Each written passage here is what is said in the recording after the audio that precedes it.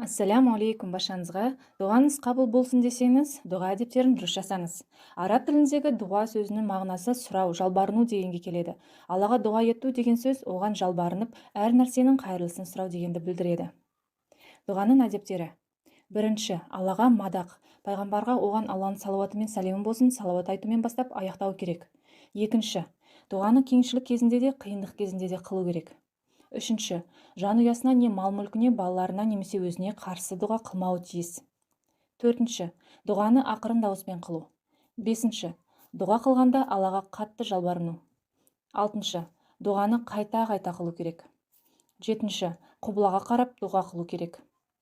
Сегізінші, дұға қылғанда қолды жоғары көтеру. Тоғызыншы, дұға қылардан бұрын дәрет алу керек. Оныншы, дұға қылғанда Алла тағаладан қорқып жылау керек. 11. Басқа біреуге дұға қылса, бірінші өзінен бастауы тиіс. 12. Тәубе ету және хақсыз істегендерін қайтару. 13. Өзімен бірге ата-анасына да дұға қылу.